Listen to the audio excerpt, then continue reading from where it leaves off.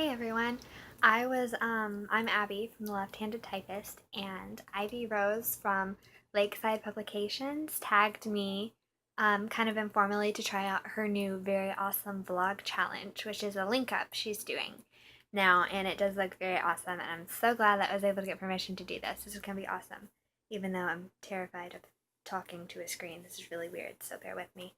Um, the first question for this edition of Ivy's challenge asks, what is one of your favorite books and what makes it your favorite?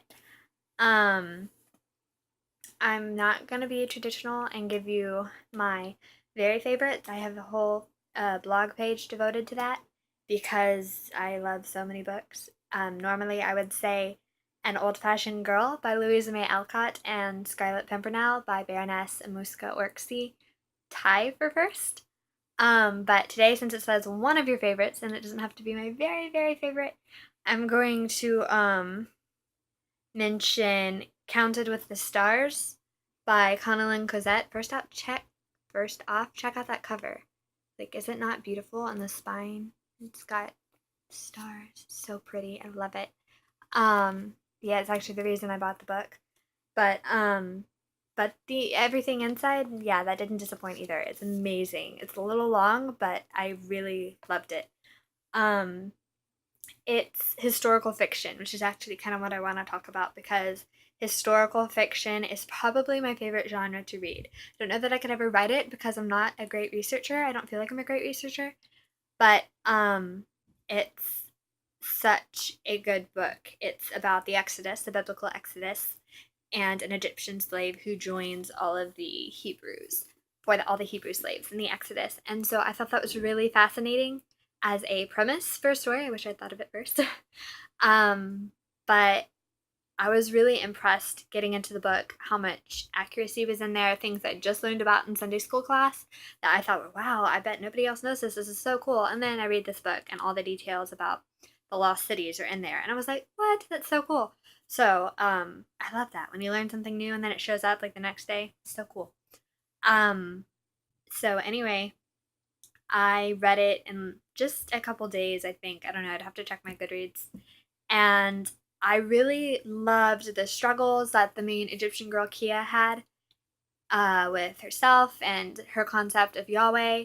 And I really love, probably most of all, how the author, how she presented things differently than like the Cecil DeMille version of, the Ten Commandments, Charlton Heston, all those kind of stereotypes we have stuck in our head.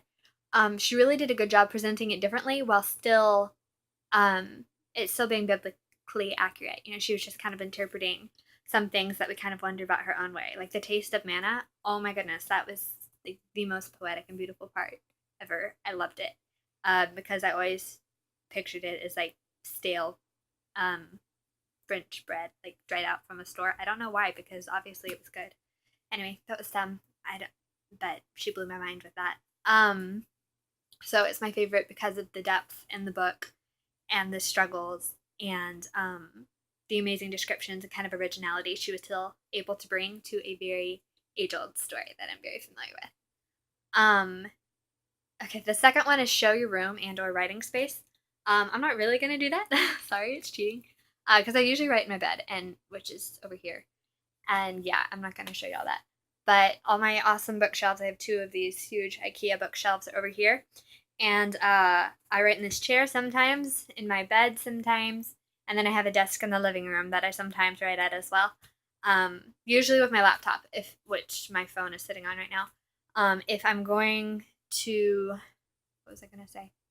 Oh, if I'm writing by hand, I am definitely going to be in my bed. And that bugs my sister. She's like, no wonder your back is always killing you. You're always laying in weird positions to read and write. And I'm like, I know. It's okay. And then the third question is, what is your favorite food? I'm going to be honest and say that I absolutely despise this question. Um, I guess it's because I don't have a good answer. But I would say Mexican food. I will always, always go for, and then chocolate. I mean, I think you guys know that chocolate and cheese. So, yes. Thank you very much. If you guys want to do this link up, then go over to Ivy's page and let me know if you're going to do it, because I'd love to watch your videos as well. You'll be able to find my link there too.